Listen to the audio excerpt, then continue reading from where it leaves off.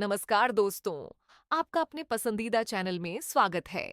यहाँ आपको ऐसी मजेदार कहानियां मिलेंगी जिन्हें पढ़कर आप अपनी हंसी नहीं रोक पाएंगे। तो चलिए शुरू करते हैं आज की कहानी। पीले दांत वाली बहू। रंजना कभी ब्रश नहीं करती थी। उसे कितनी बार उसके माँ बाप ने डांटा, लेकिन उसका कोई असर उस पर होता ही नहीं था, जिस कारण से उसके दांत पीले पीले हो जाते हैं। शादी के बाद अरे बहू, वैसे तो तुझ में कोई कमी नहीं है, पर तेरे दांत इतने पीले कैसे हैं बेटा? कैसे मतलब? कोई सर्जरी थोड़ी ना कराई है। वो तो क्या नाम, मैं ब्रश नहीं करती थी तो पीले हो गए। अब क्या करूं? आप कहें तो लाल करवा लूं या फिर काले? यार ये क्या है, क्यों माँ से लड़ रही हो? लड़ रही हूँ? अरे मैं लड़ रही हूँ या ये बोल रही है कि दांत पीले हैं, पीले। अरे तपस्या थोड़ी ना की है इन्हें पीले करने के लिए। बकायदा ब्रश नहीं किया है 20 साल तक, तब जाकर। छी, कैसी बात कर रही हो?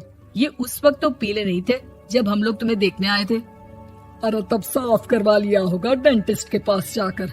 अब देखो कैसे पीले पीले लग रहे हैं। रंजना सास की तरफ गुस्से से देखती है। फिर शुरू हो गई पीले पीले पीले। अरे पीले तो तब भी थे जब मेरे हाथ का रसगुल्ला उड़ा उड़ा कर खा रही थी और बोल रही थी, लड़की नहीं गुणों का खजाना दे रहे भाई साहब आप। खैर, अब वो लोग करते भी तो क्या करते, पीले दांत वाली बहू पल्ले पड़ी थी तो झेलना तो था ही। एक दिन कीर्तन में रंजना गाना गा रही थी। अरे कमला बहन, माँ का द्वार है, यहाँ तो सब शुद्ध होकर आते हैं, फिर अपनी बहू को ब्रश भी नहीं करवाती तुम। दूर से पीले पीले दांत भक्ति में बाधा उत्पन्न कर रहे हैं। अरे कोई 2 साल के बच्ची थोड़ी ना लेकर आई हूँ मैं बहू बनाकर। अच्छी खासी लड़की है, अरे कैसे करवाऊं ब्रश? ये तो उसे खुद करना चाहिए ना। अब माँ बाप तो इसके जैसे तैसे निपटा दिए, ये नहीं सोचा कि सास कैसे संभालेगी।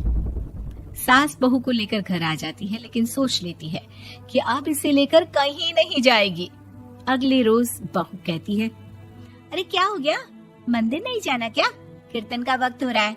मेरी मधुर वाणी से कान्हा जी जागते हैं और सोते हैं। आप तो जानती है ना उनकी भक्ति में कितना मन लगता है मेरा।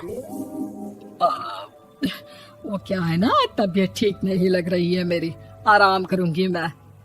तबीयत ठीक नहीं लग रही?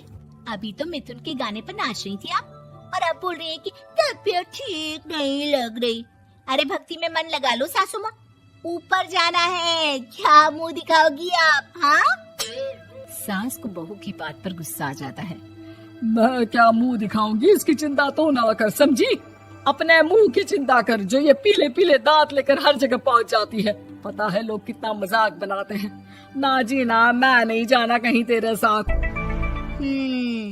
तो ये बात है। कोई ना, मत जाओ, मैं अपने कमरे में ही बैठकर भक्ति कर लूंगी। ऊपर वाला दांत थोड़ी ना देखता है, मन देखता है, भावना देखता है। और अरे बस बस, तू सब कुछ दिखा, बस ये सफेद चमकदार दांत ना दिखाना किसी को, है? जा यहाँ से। बहू को सास की बात का कोई फर्क नहीं पड़ता।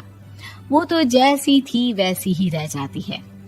सुबह नहाकर किचन में खाना बनाना, फिर खाना खाना, कीर्तन भजन करना और सो जाना। एक दिन, माँ जी मैं सहेली के घर जा रही हूँ, शाम को लेट आऊंगी।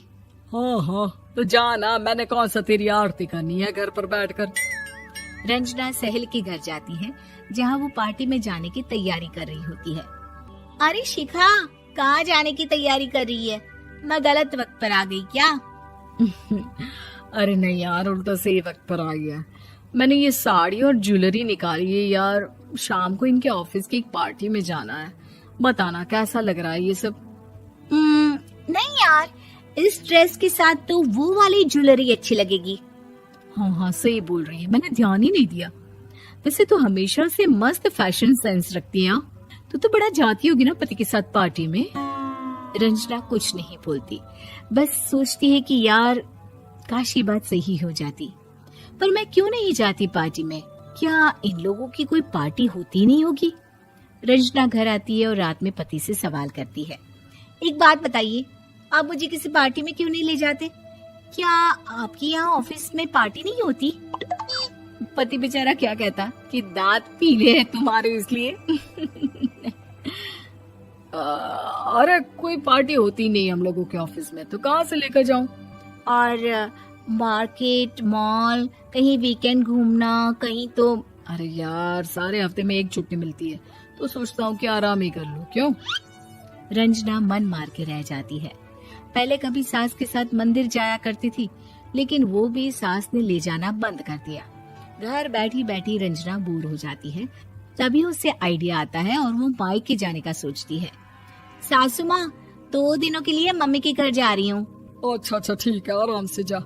और हाँ, माँ से कुछ अच्छी आदत सीख कर आना कि कैसे शरीर के हर भाग की तरह दांतों की सफाई भी जरूरी होती है, समझी? शुरू हो गई ना आप? वो लोग आपकी तरह नहीं है कि छोटी छोटी बात का बतंगड़ बना दे। उन लोगों के लिए मैं मायने रखती हूँ, ना कि मेरे पीले पीले दांत। रंजना माँ को बिना बताए उन लोगों को सरप्राइज देती है, लेकिन जैसे ही वो दरवाजे पर पहुंचती है, अंदर देखती है कि घर वाले कहीं जा रहे होते हैं। अब माँ, काश रंजना दीदी के दांतों वाली प्रॉब्लम नहीं होती, तो वो भी हम लोगों के साथ चलती ना बुआ जी की बेटी की शादी में। हाँ बेटा, लेकिन अब उसे कौन समझाए कि उसको उसके पीले दांत नहीं दिखते, लेकिन उसके आसपास के लोगों को कितना एम्बैरेसिंग फील कराते हैं। मुझे तो कितनी बार उसके स्कूल की टीचर ने शिकायत की कि उसके साथ कोई लड़की बैठना भी नहीं चाहती, और ना ही कॉलेज में कोई उससे बात करना चाहता था। लेकिन पता नहीं क्यों उसे ये बात समझ में ही नहीं आती। कोई कमी नहीं है उस लड़की में, बस यही कि दांत पीले हैं। वो तो भला हो जीजा जी और उनकी माँ का, जो दीदी को जैसी है वैसे ही रखा हुआ है। रंजना को अपने घर वालों की बात सुनकर बहुत दुख होता है। वो सोचती है कि वो क्या करे, लेकिन फिर वो सीधा डेंटिस्ट के पास जाती है, अपने दांत चमकाती है और कसम खाती है कि वो रोज ब्रश करेगी। अरे क्या हो गया? तुम तो 2 दिनों के लिए गई थी ना? पर कोई ना, अच्छा है, चलो आ गई तो। रंजना सास के सामने आकर खड़ी हो जाती है और पूरी स्माइल करती है, उसके चमकदार दांतों को दिखाती हुई। हैं? चले मंदिर? माँ, मुझे माफ कर दीजिए, मैंने आप लोगों को बहुत एम्बैरेसिंग फील करवाया। मैं आज से रोज ब्रश करूंगी।